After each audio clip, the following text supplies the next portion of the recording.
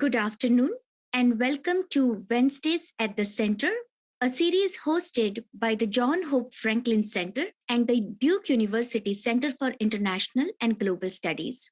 Today's talk is titled Balconies, Windows, and Doorways: The Architecture of Living Difference Among Alevi and Sunni Neighborhoods in Urban Turkey. And we are pleased to welcome Dr. Banu Gökariksel, a professor of geography and the chair of the curriculum in global studies at the University of North Carolina, Chapel Hill. Claudia Yagubi, associate professor in the UNC Department of Asian and Middle Eastern Studies, will introduce the speaker and moderate the question and answers. And now I'm turning over to Professor Claudia Yagubi. Thank you so much, and good afternoon, everyone. I am very much honored to introduce my colleague, Dr. Banu Gökariksel. As Rohini mentioned, Dr. Gökariksel is a professor of geography at UNC Chapel Hill. She started to serve as the chair of the curriculum in global studies in 2021. And in the past, she has also served as the Caroline H. and Thomas S. Royster Distinguished Professor for Graduate Education at the Graduate School. She has also been the co-editor of the Journal of Middle East Women's Studies, and she has received a PhD in geography from the University of Washington in Seattle, and an MA in sociology and anthropology from Boğaziçi University in Istanbul, Turkey. She was awarded the 2017 Chapman Family University Teaching Award at UNC, and in 2018, the American Association of Geographers Enhancing Diversity Award. She co-directed Duke in Istanbul summer program in 2012 and 2013, and Duke Middle East in Europe summer program, which was based in Berlin in 2018 and 2019. Dr. Gökariksel's research examines bodies, intimacy, and everyday spaces as key sites of politics and geopolitics. She situates her work in the fields of geography of religion and feminist political and cultural geographies, engages feminist and social theory, and uses a multiplicity of methods, including focus groups, interviews, visual analysis, discourse analysis, and surveys in her projects. She is interested in religion beyond the officially sacred and politics beyond elections and state institutions, but as manifesting and produced by ordinary people and the ways they make their bodies traverse spaces of everyday urban life and encounter others as differently positioned subjects. Her research has contributed to the understanding of embodied and lived experiences of religion and secularism, the production of social difference, and the formation of subjects, borders, and territory.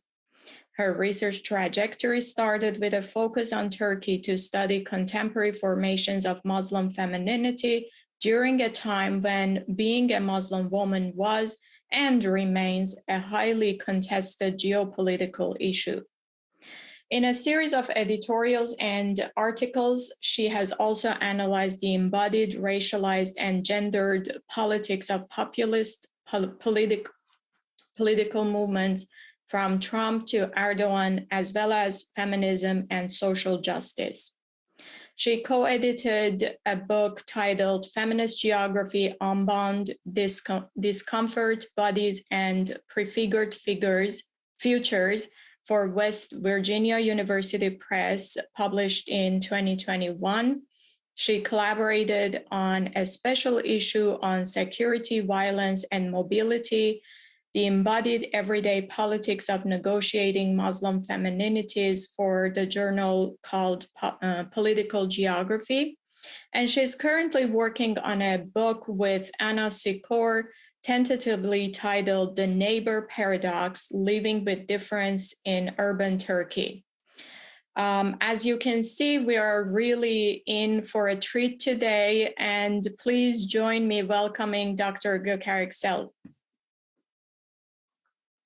Welcome.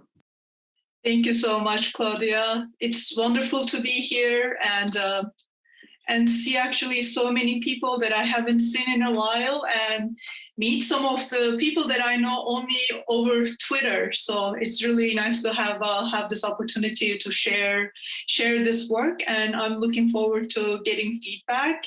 And I want to extend a special thanks to Claudia for introducing me and for my Duke hosts, Franklin Hope Center and the Duke International and Global Studies. This presentation is based on a joint project with Anna Secor, and I want to acknowledge her contributions to the project, but also to this presentation as well. And as you might be able to note, my title changed as I was working on this presentation and on the paper. So now it's called Balconies, Windows and Doorways, the Blurred and Breached Boundaries of Apartments and Alevi Precarity in Urban Turkey. And I have Alevi Precarity in Urban Turkey twice, so apologies for that. In a blog titled Being an Alevi During Ramadan, written in 2005, Ali Kenanoğlu, who is a member of the Grand National Assembly of Turkey since 2008 and a founder of two Alevi organizations, writes about the uneasiness Alevis feel during the month of Ramadan. Kenanoğlu's reflection in this blog starts with neighbors and the space of the home and neighborhood, and includes tensions and conflicts in the workplace, schools, the university, the street, even the playground. He writes, "When we came to the city, Istanbul, our neighborhood was a squatter settlement with majority Alevis and people from the same village and relatives. But not everyone settled in such neighborhoods. I cannot forget how my sister had to appear to her neighbors as if she were fasting during Ramadan in her neighborhood. Waking up in the middle of sweet sleep with the piercing sound of drumming just to turn on the lights in the kitchen and the dining room, as if up for sahur meal before fasting starts, and going back to bed. To do all this when you don't believe. Then in the morning making up sahur stories, eating lunch in hiding, afraid that a neighbor would just show up. Hiding the lunch tray under a bed or in a bedroom when the doorbell rings. Those who have lived through this know what a torture it is. Going to iftar and of fasting dinners and inviting neighbors for iftar. These and much more are the things we have to suffer through." Kenanoğlu's reflections raises questions about the relations between neighbors and the boundaries of domestic spaces. Living among Sunnis in Istanbul, Alevi migrants to the city make sure that their home appears from the outside to be a pious Sunni household during Ramadan. The lights turn on as expected to indicate eating before dawn. Lunch dishes are hidden. Fasts are performatively broken after sunset. The neighborhood is a site where difference is taking place, being hidden and revealed in what traverses the permeable enclosure of the home. Kenanoğlu is reflecting on a past moment, the time of his family's migration to Istanbul from Sivas, but in the tense intimacy of the mixed Sunni Alevi neighborhood, the question of who is marked as different, of whose practices are displayed and whose must be hidden remain pertinent.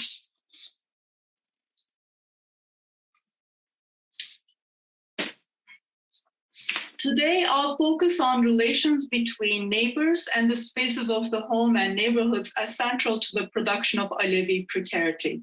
First, I'll briefly discuss the position of Alevis in Turkey, then outline the main framework for this paper and the broader project this paper is a part of. Then I will provide specific examples from this study.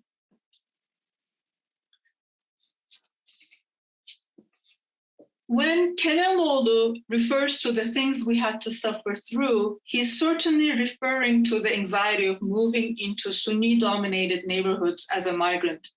But the history that underpins the Alevi family's fear of being known to their neighbors opens onto much greater suffering still. Since the late Ottoman period, the Turkish nationalizing project has been premised on the suppression of ethnic and religious difference and punctuated by episodes of violence targeting Christian, Jewish, Alevi, and Kurdish populations. Since the mid-2000s, increasing authoritarian rule under Erdogan's AKP regime has further anchored power in a Sunni, Muslim, and Turkish nation, exacerbated by worsened the precarity of Kurds, Alevis, LGBTQ people, leftists, and others. Both historically and today, these politics have played out at the level of urban neighborhoods, reshaping the fabrics of cities and the nature of dwelling together in mixed or more homogeneous areas. The consequences have been especially acute for Alevis, who constitute the second largest religious community in Turkey. Alevism is a contested category with roots in various mystical movements that converged in the 13th century Anatolia and took shape during the late 15th and early 16th centuries of Ottoman Empire. Alevis are ethnically diverse, including Turkish, Turkmen, and Kurdish populations. Alevi's profession of faith acknowledge the 12 imams, including Ali, and the Prophet Muhammad. Alevi practices include worshipping at Cemevis, the Sema ceremony with music, and fasting during the 12 days of Muharram. Alevi populations live throughout Turkey with strong concentrations in certain provinces in the east of the country and in major cities. Alevi neighborhoods in Istanbul, Maraş, Çorum, and other cities have been the sites of state and civilian-led massacres in the 1930s, 1970s, and 1990s. Civilian targeting of Alevis, their neighborhoods, and their homes within mixed Sunni Alevi neighborhoods continues with intermittent attacks on Alevi businesses and the marking of Alevi homes with red paint, an act calculated to heighten Alevi fear and anxiety. And in the picture in my slide, you can see some examples from January 2021. In the context of this ongoing targeting, and despite the growth of Alevi voices in the public sphere associated with the Alevi revival since the 1980s, Alevi attempts to seek rights recognition and funding continues to be interpreted by the state as divisive and threatening. While the AKP, the current government in Turkey, led a brief Alevi opening that started in 2007, that brought Alevism and Alevi identities further into public consciousness and political debates. Much like the Kurdish opening in 2009, this initiative ultimately failed to address the discrimination, exclusion, and violence the country's second largest religious community continues to face. In fact, the AKP regime has deepened the disenfranchisement of Alevis. So just a little bit about my theoretical framework.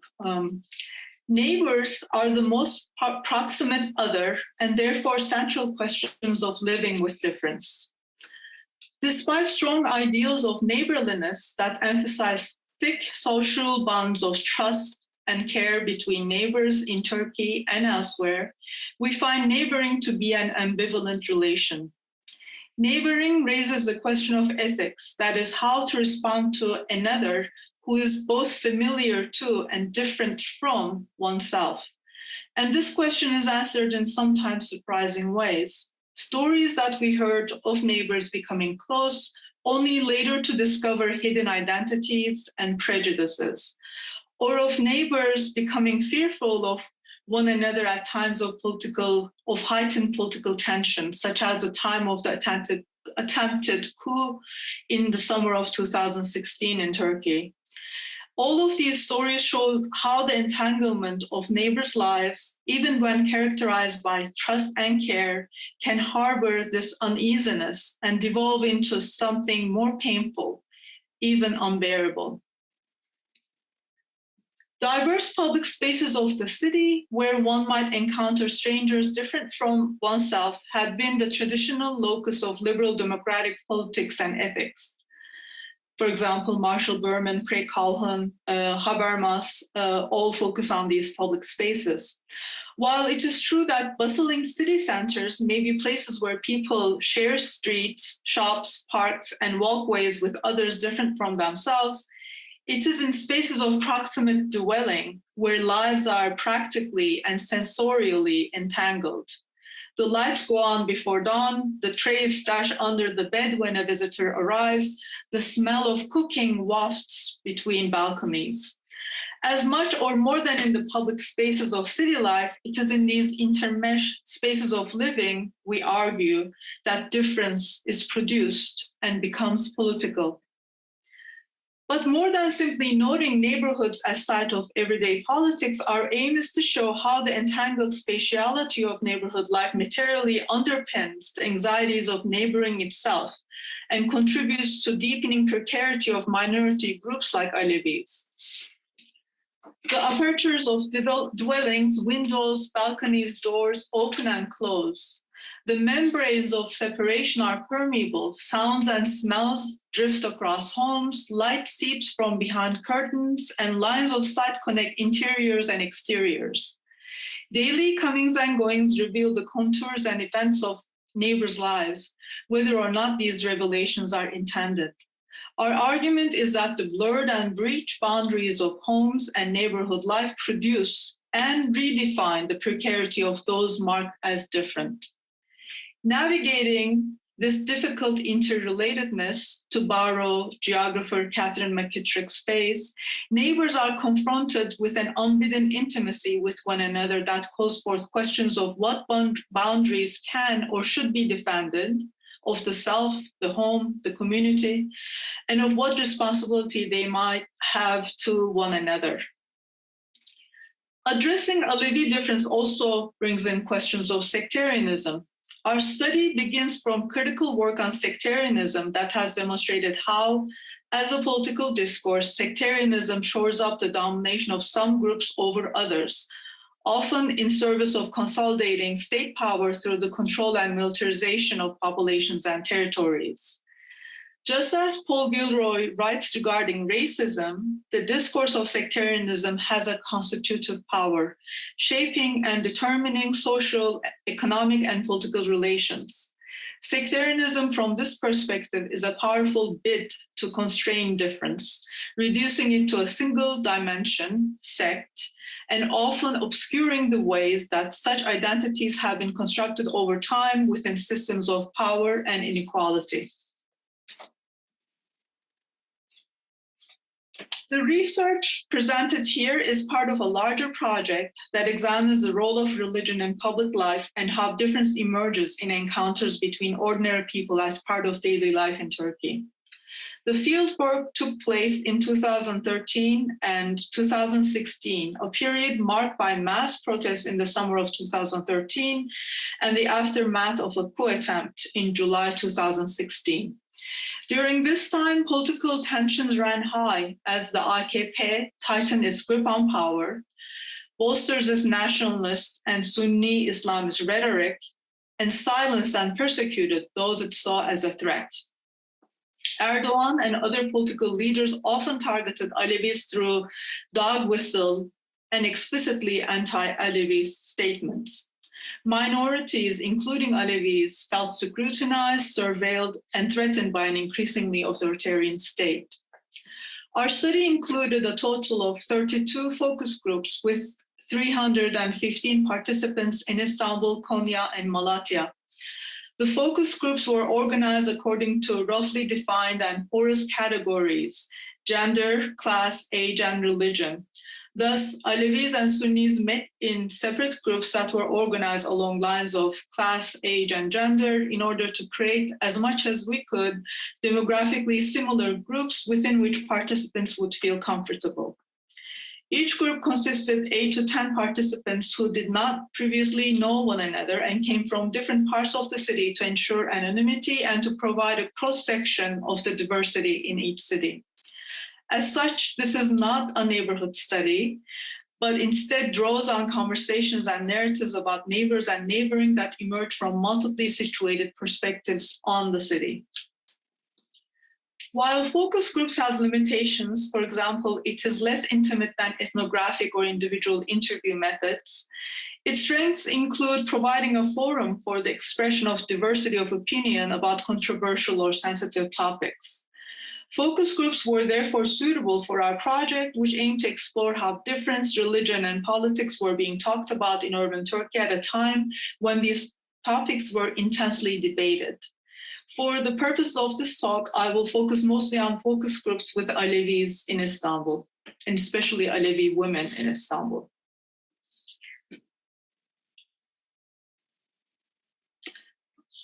Sensorial entanglements of balconies is the first section that I'd like to introduce from this research.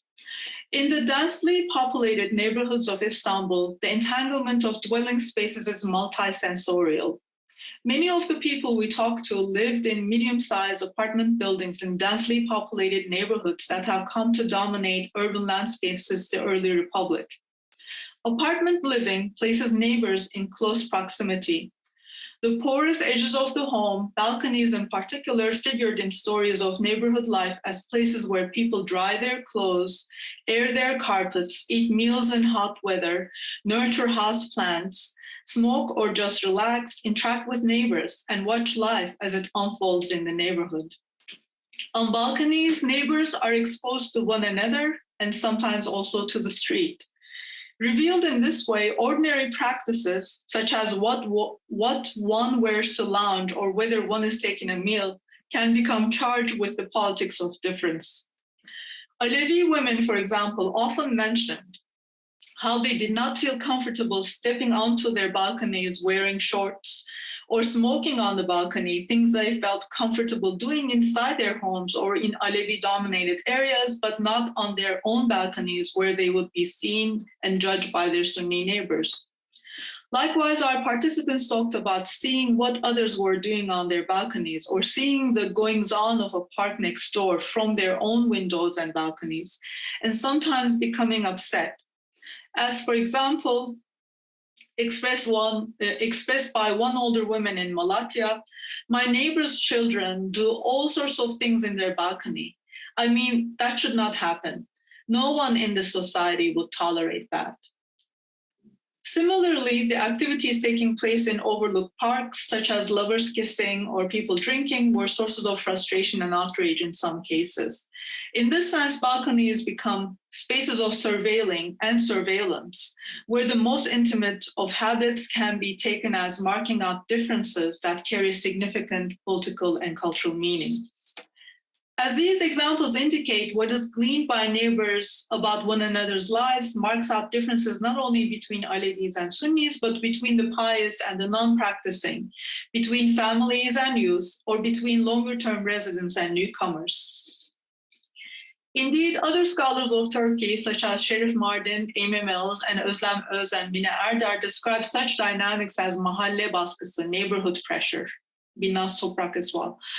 Instead of arising only in relatively homogeneous neighborhoods, the pressure associated with the entanglement of neighbors also comes into play in more mixed neighborhoods. For example, Berna Turam has demonstrated in her work on Teşvikiye from the 1990s to 2007, in quotes, everyday negotiations triggered by spatial proximity play out at a micro level between diverse residents. One has no choice but to see, hear, and smell the lives of one's neighbors. While this can be a source of tension for many, Alevi participants in particular emphasize the effort and care that go into managing the uncertain, fluid boundaries of their homes, whether in an effort to keep their Aleviness private or simply to be respectful of their Sunni neighbors' religious observance or moral boundaries. This was especially pronounced during Ramadan, when Sunnis fast for 1 month from dawn until sunset, but many Alevis do not. Instead, Alevi practice includes fasting for 12 days during the month of Muharram. Muharram is a sacred month for many Muslims, but is especially important in Shia history and theology as a time of mourning. Alevi women told us that they sometimes refrained from cooking during the day, during Ramadan, so as not to make their fasting Sunni neighbors hungry with the smells of their cooking, but also because they were afraid that the smells pieced together with other hints about their lives, would give their secret away if they were keeping it a secret and reveal that they were not fasting. Indeed, the role of kitchen smells in a racialized politics of difference is common to other contexts. For example, in Alicia Fiore's study of apartment dwelling in Italy, in Rome, between Italians and Bangladeshis, we see a similar politicization of smells. Such dynamics bring to the fore how relations of power, and in particular sectarian scriptings that inscribe Sunni dominance, are threaded through the sensorial entanglement of living in proximity to one another. In a focus group with older, lower-income women in Istanbul, Rahmiye described how a double standard regulated her own balcony dwelling. She said, "Our neighbors are a little conservative, but we don't have problems. We don't have many problems. It may be because I grew up in that neighborhood. They accepted us as we are. Or maybe they don't say anything because of how we would react. When it's Ramadan, if I have visitors and they drink tea on the balcony, my neighbors get angry. But during Muharram, our Sunni neighbors visit us, we serve them tea. Even if we are fasting, we serve them tea, food. And they don't feel disturbed at all. There is a double standard." While situating her story in the context of longtime neighborhood residence and acceptance, Rahmiye nonetheless feels that during Ramadan, she cannot serve her non-fasting visitors food on her balcony, which puts them within the field of vision of the neighbors, because her Sunni neighbors get upset. But during Muharram, even when she is fasting, she fulfills the expectation to serve her Sunni neighbors tea when they come to visit. In either case, she feels the burden of regulating her own behavior and managing the boundaries of her home so as not to offend or anger her Sunni neighbors, while they do not reciprocate. A similar perspective was expressed by a 38-year-old woman in the same focus group, when Gülnur described her situation in this way. "Most of my neighborhood is composed of Sunnis. They stare at me in a strange way when I wear a tank top. We adjusted our dinner time according to their fasting time. I have a table on the balcony. I always eat there. I want to have my breakfast there, but I can't because they are fasting. Because we respect them, but they don't respect us."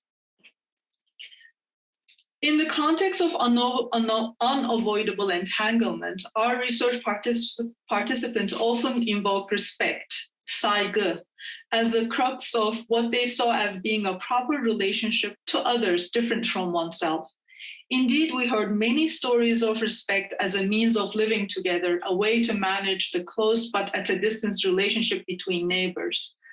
Articulating an idea of responsibility to an other, the call for respect thus expresses the presence of an ethical relation inherent in encounters between neighbors, a question of mutuality, regard, and acknowledgement. Yet, as Gülnur expresses, the practice of respect may not be mutual. By pointing out the asymmetry of who is respected and who is called upon to be respectful, Gülnur echoes critiques of the politics of tolerance and recognition that have shown these relations to depend on the subordination of those who are cast as the bearers of difference. For example, in Wendy Brown's work and Kelly Oliver's work. The asymmetry that Gülnur points out also illustrates what Richard Sennett refers to as, in quote, the difficulty of showing mutual respect across the boundaries of inequality, end of quote.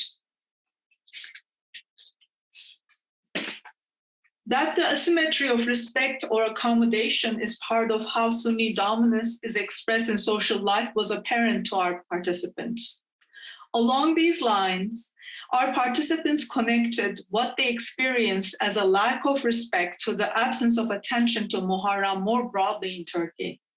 For example, in another Istanbul focus group with middle to higher income younger Alevi women, the 34-year-old Ijlal and the 29-year-old Fatma put it like this. Ijlal, the whole world knows of Ramadan, the whole system. All the commercials are about fasting. They start 10 days before Ramadan.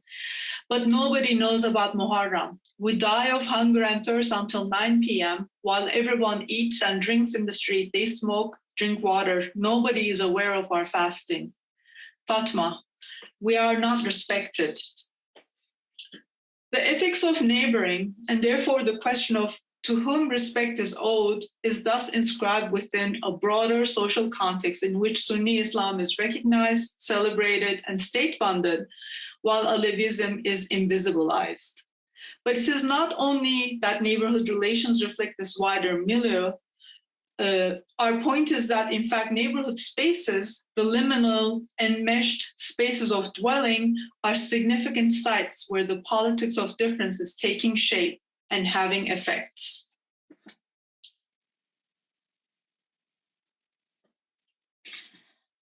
Now I'd like to talk a little bit about doorways and thresholds as the edges of the home. Neighbors are waiting for Ashure from you. With Ashure, the symbol of our sharing culture, we strengthen our bonds of neighborliness, friendship, and love. Read a 2018 Muharram message. Neighbors are entwined not only by what travels uncontained between them, they also approach one another at points of more purposive proximity, the thresholds of their homes. Ringing a neighbor's doorbell or opening the door to a neighbor can be part of an established ongoing relationship of neighboring, borrowing, sharing, taking care. This can herald an unplanned visit or even be part of a ritualized act of neighboring. One tradition that regularly brings Alevis to the doorways of their Sunni neighbor is the sharing of Ashure, a sweet dish made of fruit, grain, and nuts on the 10th day of Muharram, the day of Hussein's martyrdom. As the Muharram message suggests, delivering Ashure to the doors of one's neighbor, whatever their religion, is considered an act of neighborliness that expresses Alevi culture and religious values. It is conceived as an act that traverses differences and strengthens neighborly bonds. Neighbors are waiting for Ashure from you, as this message puts. In the encouraging words of an Alevi newspaper columnist on the 4th day of Muharram, in quotes, "No one will be disturbed by this beautiful tradition that our community will once again keep alive, whether secular, irreligious, Sunni, Alevi, or Shiite, even Jewish or Christian," end of quote. But what if what happens in the doorway of the neighbor is something else? What if the offering is treated with disdain, suspicion, or disgust? In the mixed neighborhoods where many of our research participants lived, the sharing of Ashure did indeed bring neighbors to one another's doorsteps. But what happens at this threshold does not necessarily follow the script of neighborliness. This dialogue from 2015 amongst Alevi women traces out some of what happens in the threshold of the home and what is at stake in taking in or keeping out the offering of a neighbor.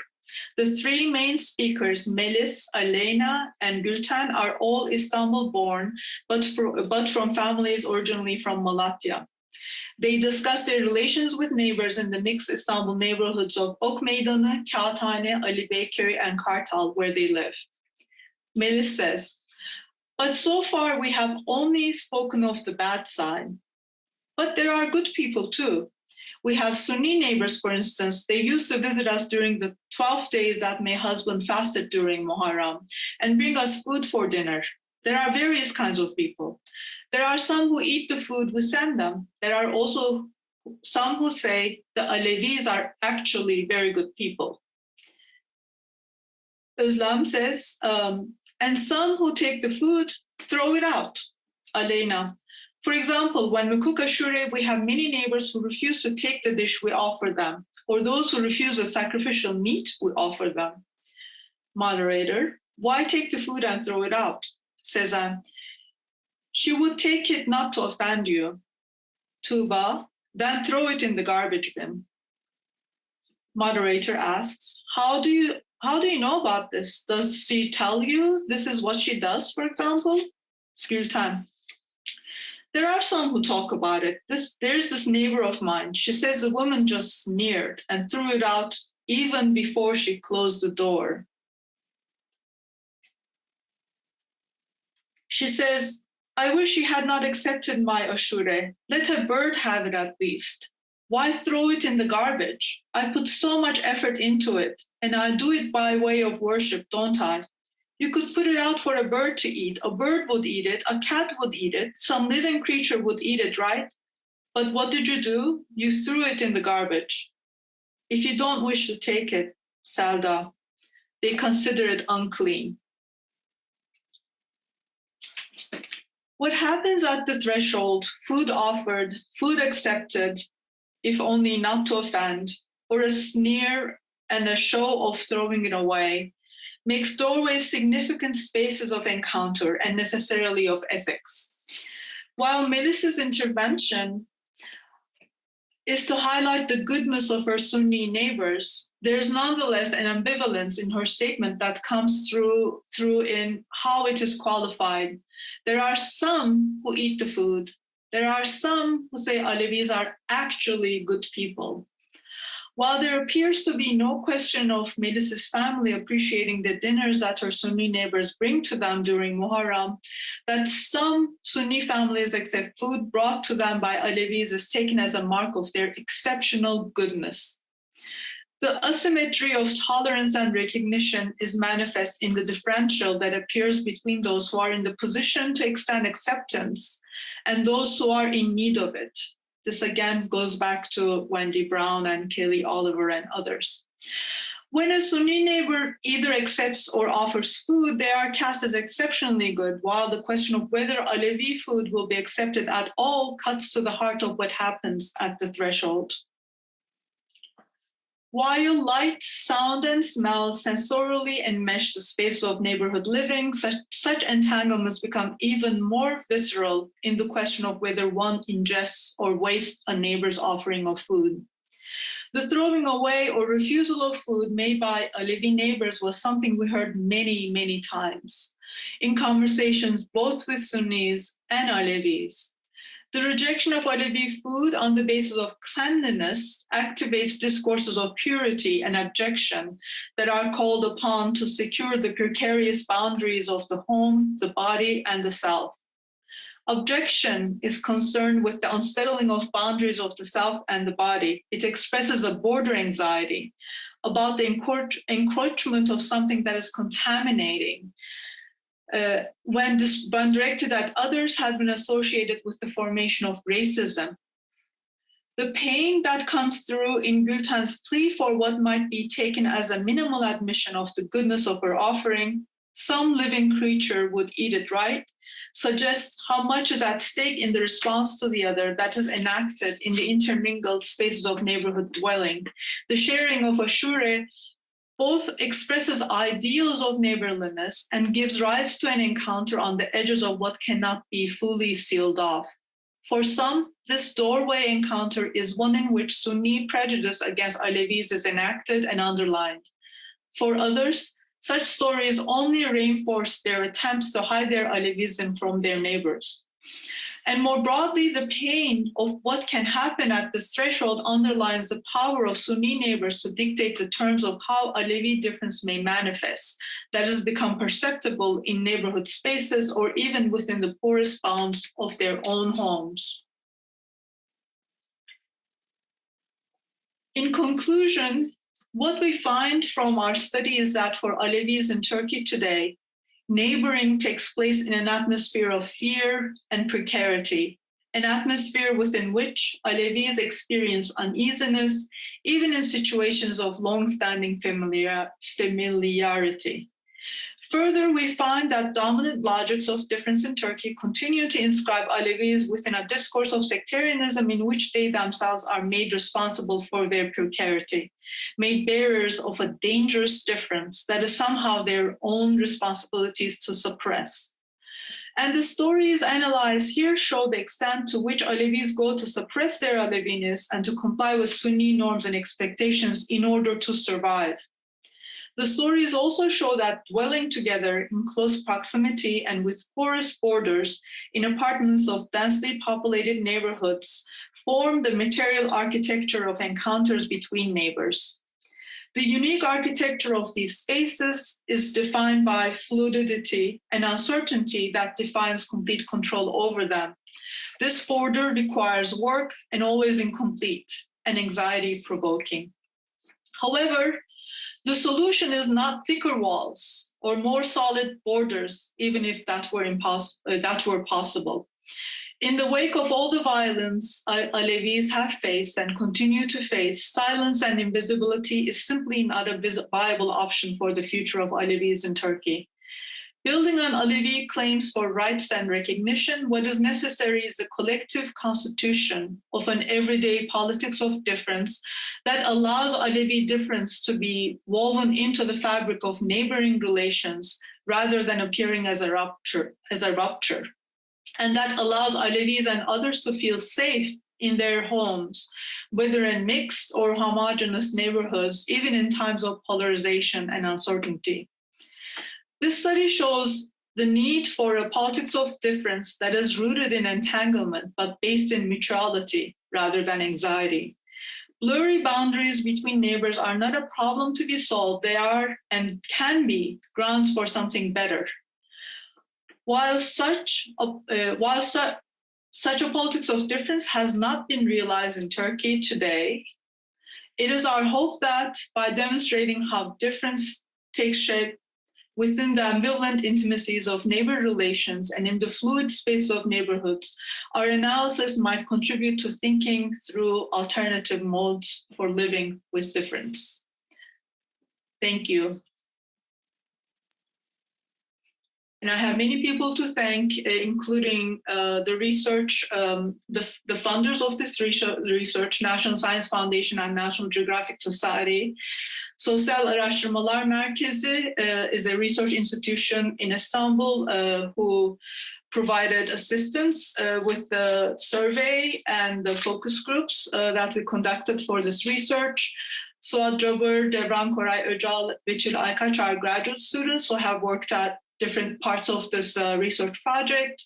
An earlier version of this paper I shared with the Dangerous Playground writing group at UNC, and I really appreciate the comments that they provided earlier.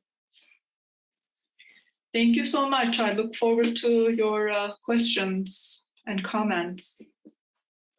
Thank you, Banu, for this fascinating lecture. As we are waiting for people to ask questions, I have so many questions myself, but I will just restrict myself.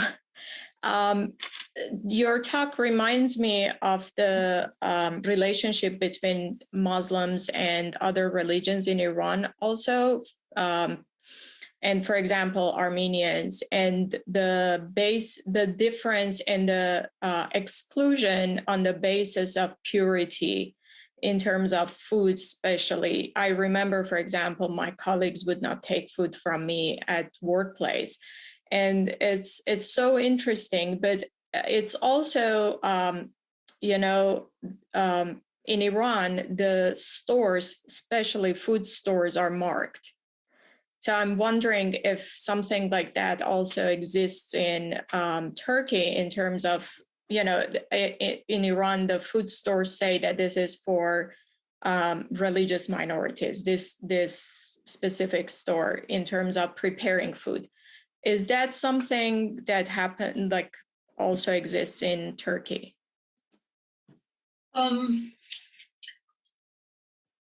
Not in the same way, not as segregated. So it is, there are some, I remember reading actually about some grocery stores starting to sell pork products, and they had to mark but it was like a Migros or that sells all kinds of things, right? Like it's very common to have those chain grocery stores, big grocery stores.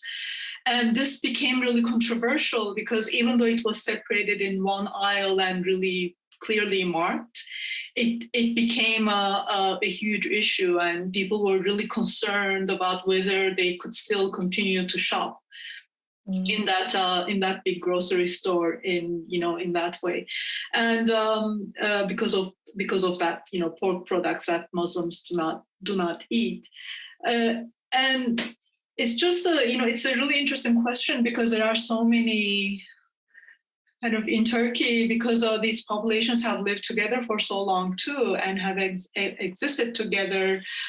There are known kind of like pastry shops that actually make pascalia bread for Easter or for like Christian traditions, right? And that are known to be affiliated with that, and then there are all kinds of others, but it's not as clearly kind of as not separated in the way that you're describing.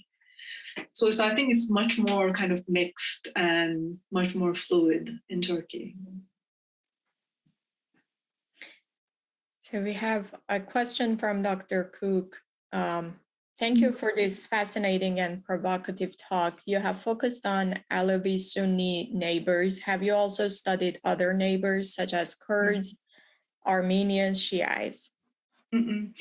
Yeah, so a lot of there are many Kurdish Alevis within our focus groups as well, and some people did identify themselves as Kurds, and some just didn't, because they mostly ended up talking about this issue, this Alevi Sunni tension, rather than like ethnic identity, which was interesting. I was expecting to find more of that emerging discussions, and it just didn't. It might be the timing of the research too.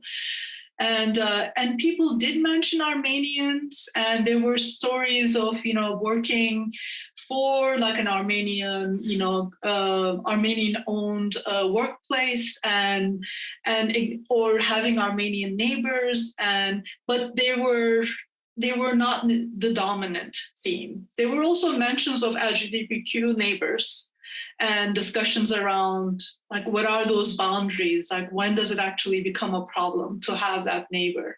So but those were kind of just mentioned, and there was not such a deep engagement in our focus groups as we found with this question about Alevi Sunni difference. But yeah, one could do a study and ask all kinds of questions. And maybe I should also share at this point, like with this question too, our study actually did not start out with a focus on Alevis at all. And our intention was also not to look at neighbors or the spaces of the homes. The way that we had framed our original project and proposal for the project was very much around notions of public space, the public sphere, much more broadly as well. But when we actually started to do the research and do these, focus groups, we started with people identified as devout Sunni Muslims themselves, and they kept bringing Alevis up, really, talking about Alevis whenever we ask a question about, what kinds of differences do you see in the city? What kinds of differences or what kinds of different people do you encounter in your everyday life? Where do you encounter these? And we expected them to talk about city squares, streets, kind of very much given this focus on public spaces in political theory. But instead, they kept bringing the discussion back to their homes and neighbors and neighborhoods, and telling stories about their neighbors, and where everyone joined in, and that created the liveliest of discussions. And they talked a lot about Alevis, and that's how we decided to add Alevi focus groups with Alevis particularly, in order to also capture their perspectives, Alevi perspectives on the kind of stories that we were hearing from Sunnis.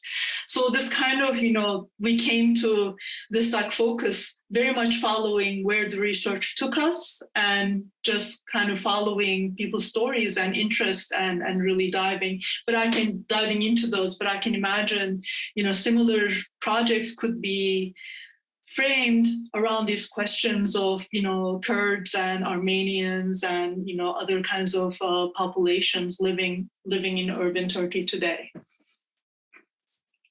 Thank you. It's interesting how research can take its own life and, take you where you didn't expect. Yeah, which makes it really exciting too. Yeah. Right. So there's another. Uh-huh. Yeah. Go ahead. Do you want to read it or? I don't mind.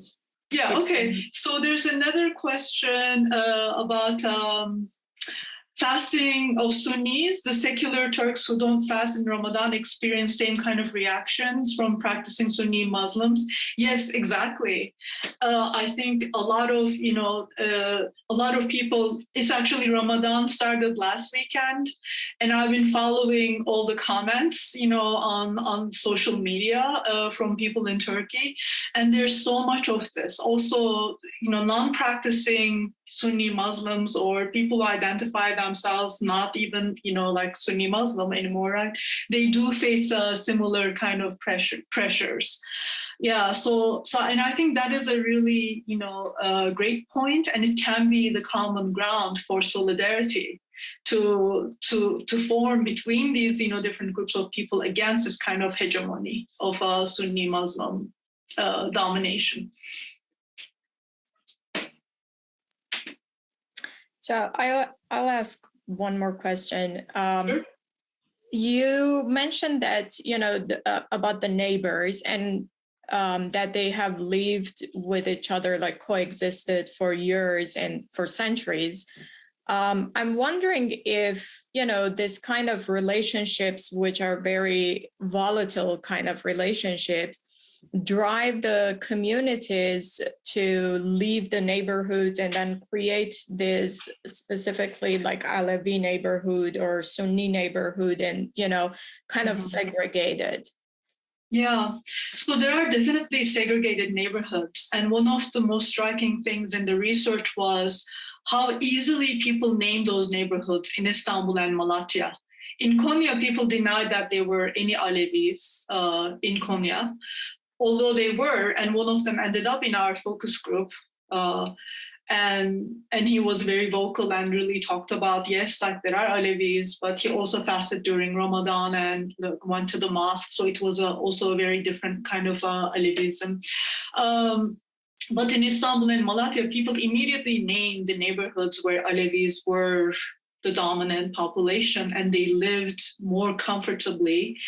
But that's not, so I have two things. I think I focus much more on these mixed neighborhoods because it really reveals that kind of tensions between neighbors living together in such a close proximity. But the other thing is, that Alevis have also found, just like other, populations, that when they live in kind of Alevi neighborhoods, they also become easy targets of attacks. For example, and there are so many examples of this, like whenever there's a kind of a heightened kind of tension and kind of violence, it's easy to attack them. So they still feel this kind of fear and precarity that I described. And Istanbul's Ghazi neighborhood is one of those kind of leftist Kurdish Alevi neighborhoods, and that became in 1995, there was a lot of violence in that neighborhood targeting that population specifically. So yes, there are these neighborhoods, and then these like problems kind of take another kind of level in those neighborhoods as well. There is a comment. Do you want me to read? Well, yeah, thanks, David, for that precarity. Okay. Precarity etymologically denotes lack. I thought your use of that word would be expounded in terms of economic lack, but what I heard was more focused on asymmetrical social dynamics. Is the precarity you speak of specific to sociopolitical difference and not the economic? I understand Alevis, especially women, tend to be highly educated, which suggests a relatively high economic well-being. So thank you. Yeah, that is a really interesting question. I think I used precarity a little bit more loosely to talk about uneasiness that includes like social and cultural and political kind of uneasiness. But this question of economics is also really interesting. So one of the big projects of the current government has been to actually to enfranchise and create a devout Sunni Muslim middle and upper class. So, and a lot of job opportunities, a lot of economic resources and wealth is going, in that direction. So that leaves many people behind, including many like secular Turks, but also Alevis. So I think there's definitely that kind of socioeconomic dimension to that as well. And Burak Erdem, thank you. The apartment, along with all its parts, will arguably, yes, isn't sector recasting the space of the apartment.